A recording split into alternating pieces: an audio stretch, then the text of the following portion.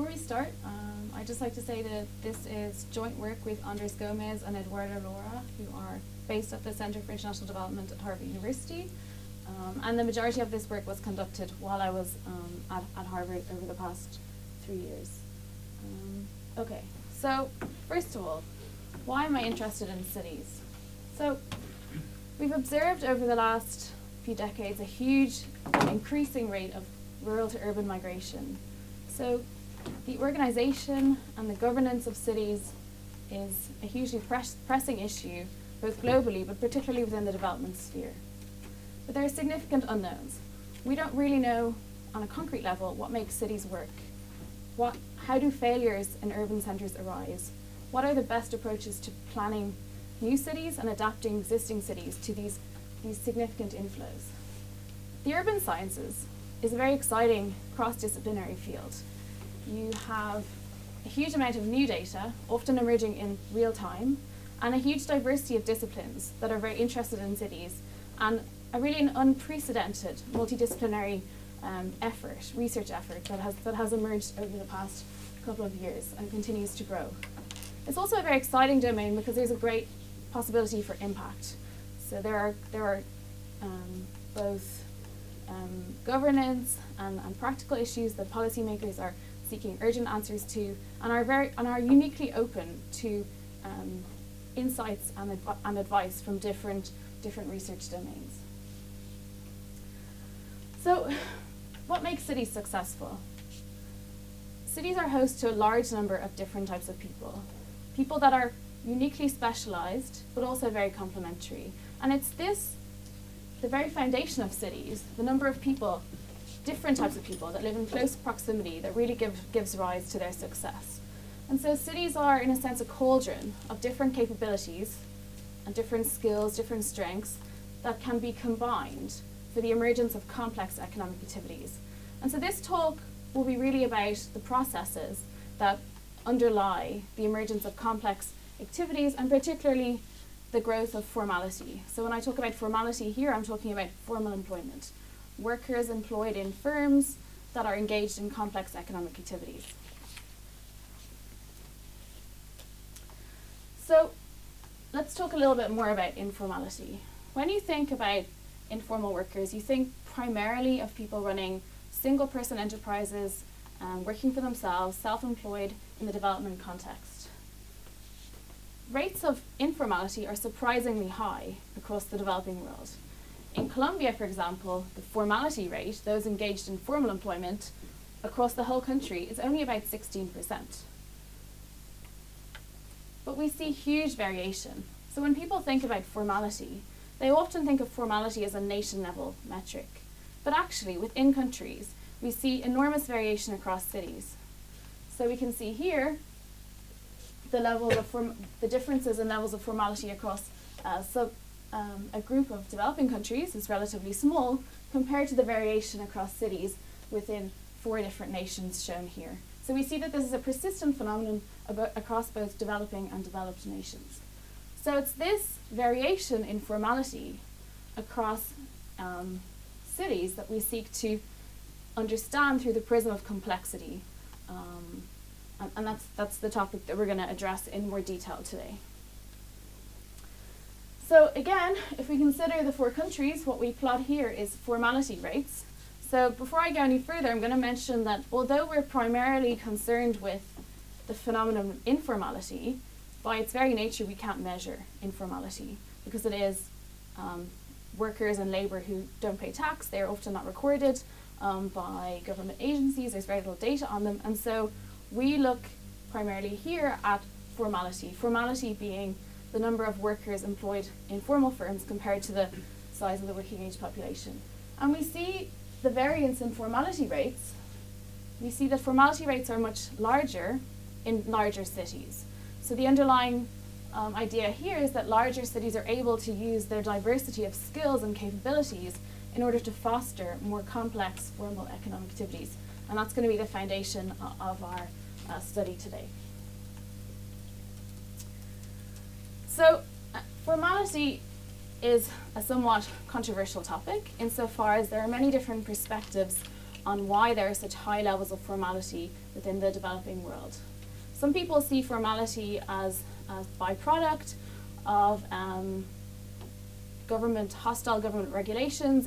So they argue that if only regulations were relaxed, then a lot of these informal entrepreneurs would join the formal sector. Others argue that, in fact, informality is a choice, that there are benefits to staying informal, and that those benefits outweigh the costs, namely paying taxes and submitting extra paperwork, and so that it's, in a way, a persistent state that we shouldn't necessarily try to fix.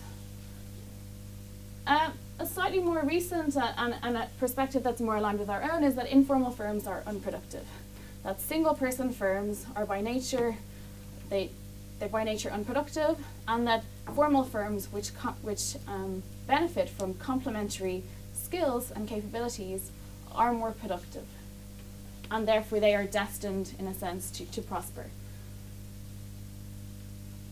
Okay, so we can return a little bit to our question of what makes cities successful, and we can use this paradigm in order to understand and model the process by which larger cities increase their rate of formality through the emergence of complex economic activities. So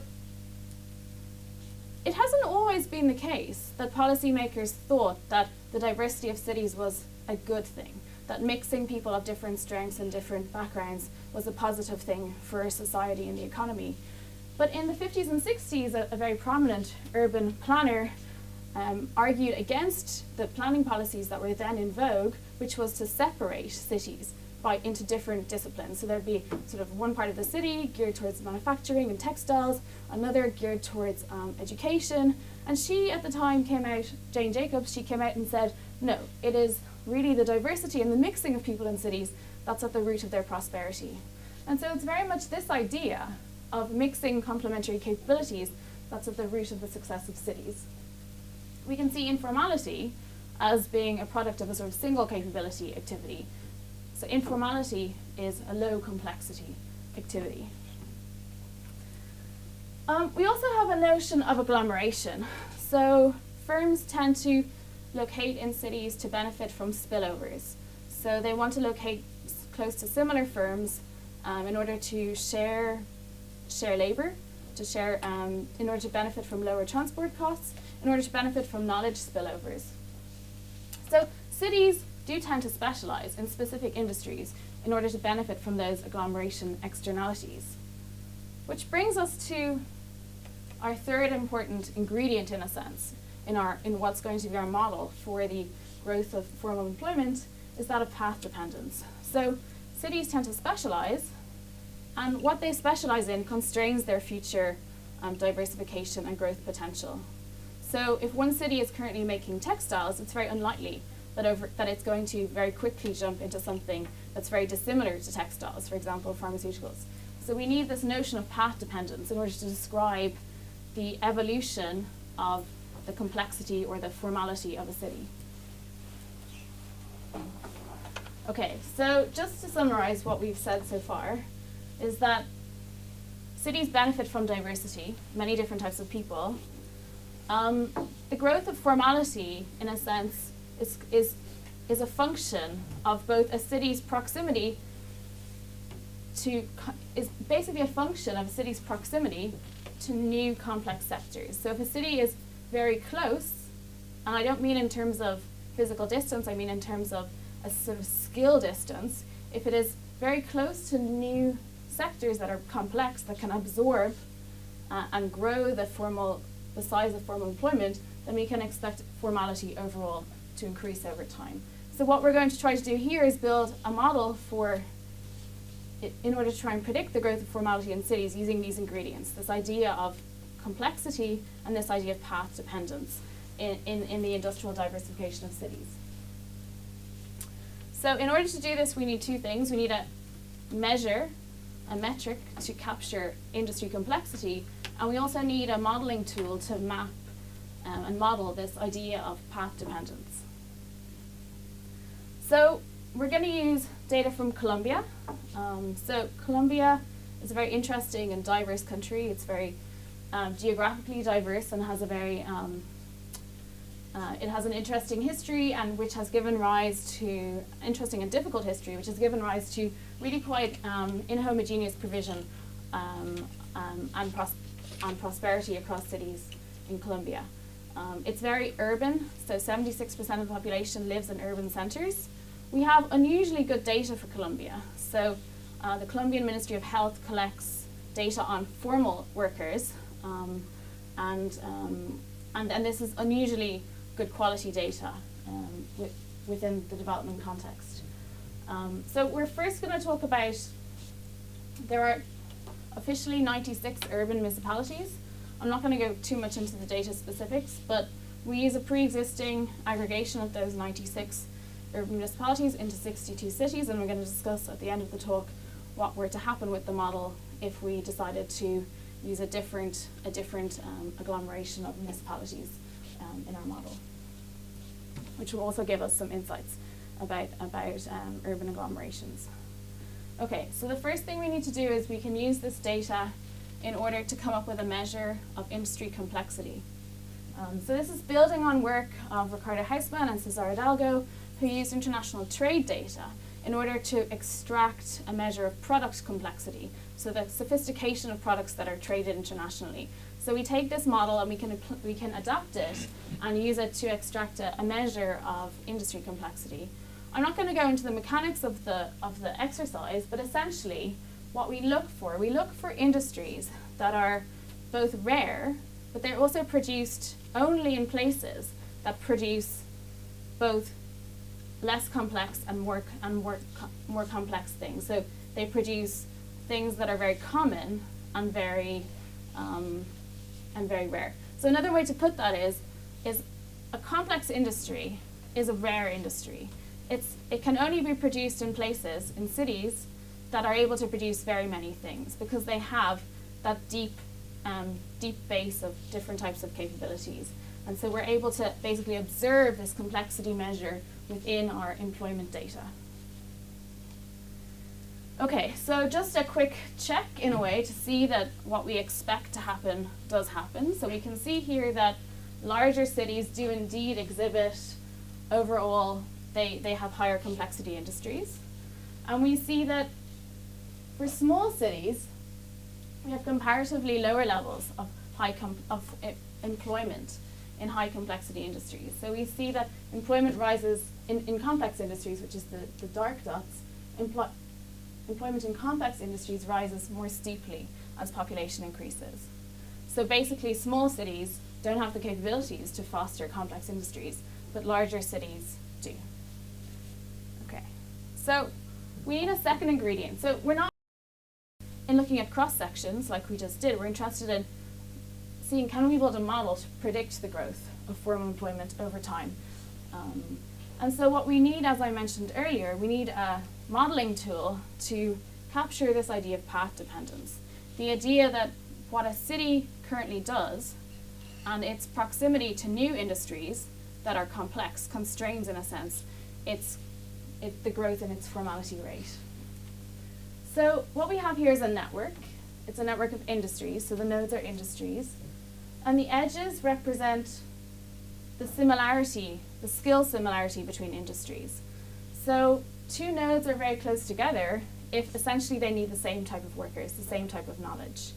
So we actually empirically measure these edges by looking at how workers move between industries in the economy. So we track when workers switch between industries.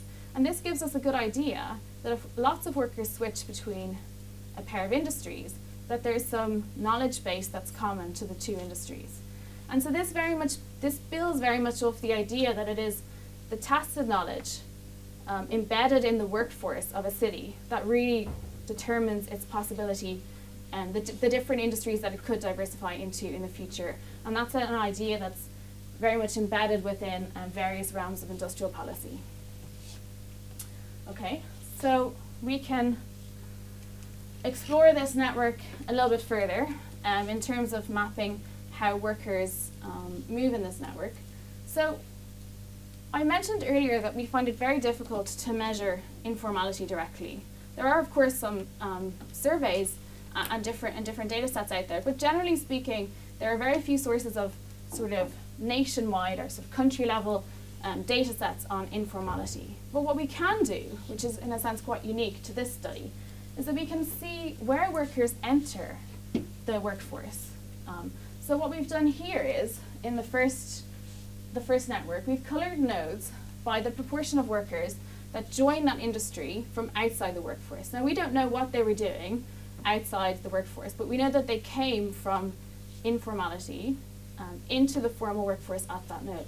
So what we see that workers tend to join the workforce at at low complexity nodes, which makes intuitive sense, because obviously if they were involved in informal activities previously, they aren't going to jump straight into high complexity, sophisticated sectors. They're going to join the network at low complexity nodes. And so we see here an inverse relationship with industry complexity. We can go a little bit further.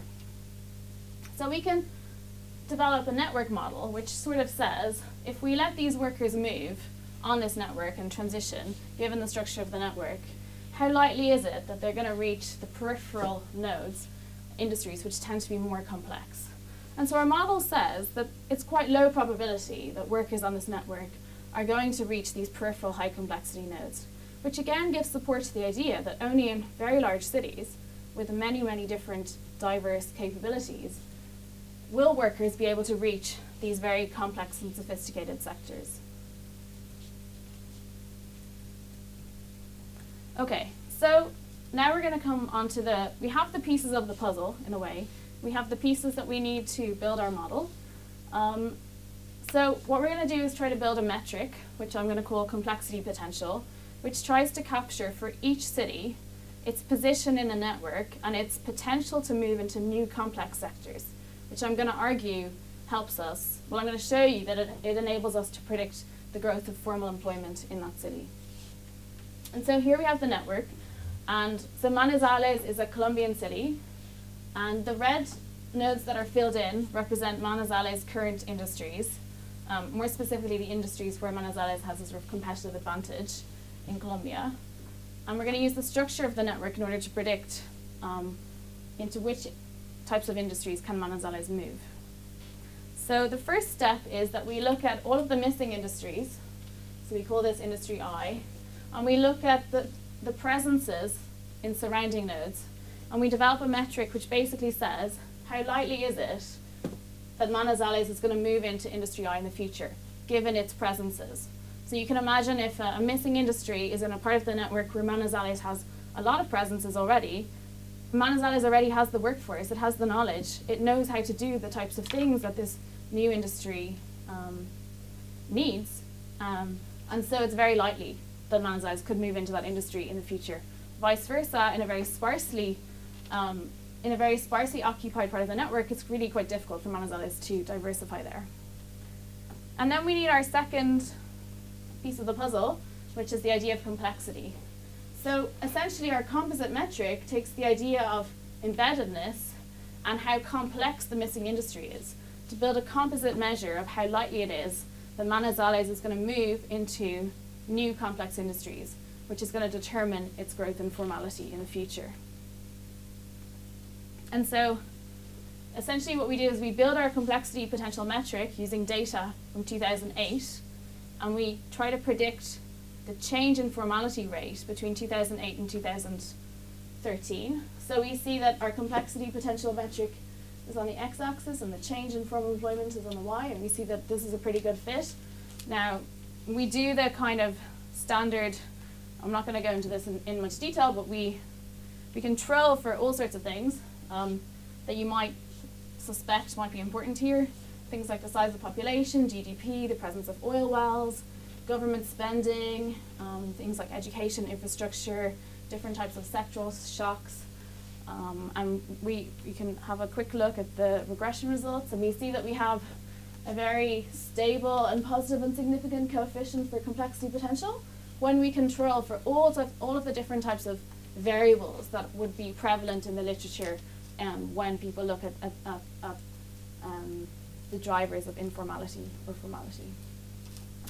Okay, so having built our model, I mentioned earlier that for our model we took a definition of cities that in a sense was provided to us by, so it was actually developed by an urban economist called Gilles de Ranton, who's based at Wharton, and he looked at commuting flows between different cities in Colombia, and he decided that these 96 municipalities should be grouped into, let's say, cities based on the size of commuting flows between the different municipalities.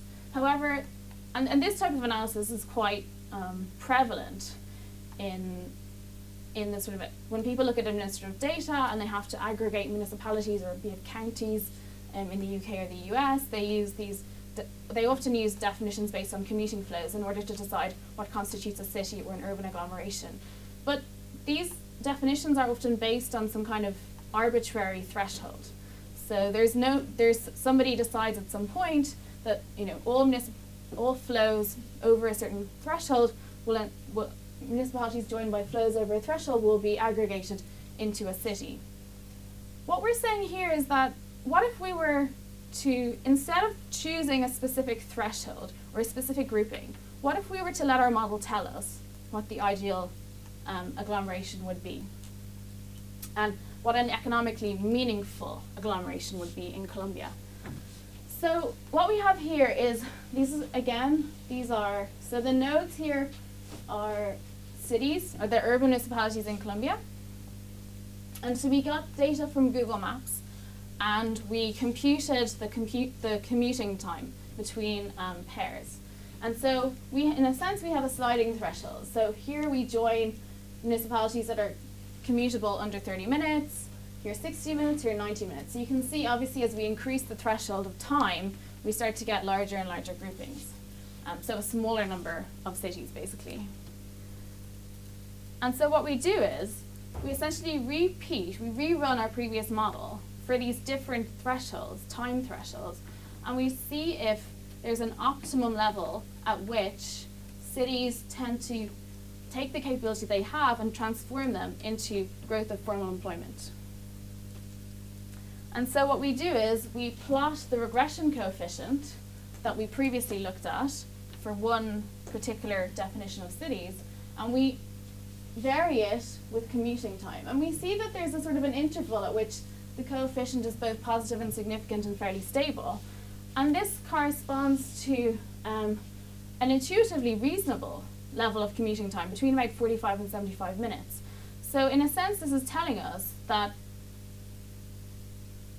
an economically meaningful agglomeration, or one that enables cities to best utilize its capability base, restricts commuting to about a maximum of about 75 minutes. Okay, so I just want to, so that is in a sense the bulk of our analysis. I just want to run over a couple of insights. So I think this work provides two quite important policy insights that are particularly timely in a sense, both in the Colombian context and many other development contexts. So there's a bit of a debate raging about whether large urban agglomerations should be encouraged or discouraged.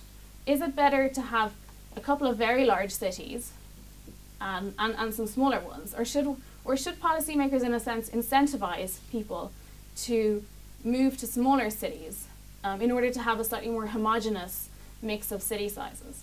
And so I would say that this work and the sort of complexity perspective overall clearly comes down on the side of larger cities are economically very successful, and one of the reasons why they're so successful is because that they do enable firms and organizations to essentially take complementary capabilities and combine them into sophisticated activities.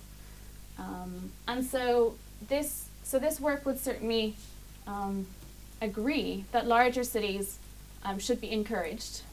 But the second piece of our analysis that looks at different commuting time radiuses, in a sense, does indicate that there's a certain limit to the ability of cities to combine skills is limited by commuting time. And so that urban planners, while thinking about large cities, should invest very heavily in public public infrastructure, public transport infrastructure, in order to make sure that commuting times fall within a sort of a reasonable commuting times. So I think that this might be quite intuitive, I think, in many wealthier, maybe more northern cities, but I think in Colombia in particular, there's certainly debates about whether public infrastructure money should be spent on roads, should it be spent on public transport, should it be invested in skills training, and I think that this type of work can be informative in that context. Okay. So just before we go, I just want to let you know about a summer school that is taking place in June at the Mathematical Institute on economic networks. Maybe of interest to some of you that we have a very exciting lineup of speakers who will be thinking about economic systems and network modeling and analysis, everything from financial networks, social networks, economic complexity and development. So please do get in touch with me if you have any questions about that. Okay, thank you.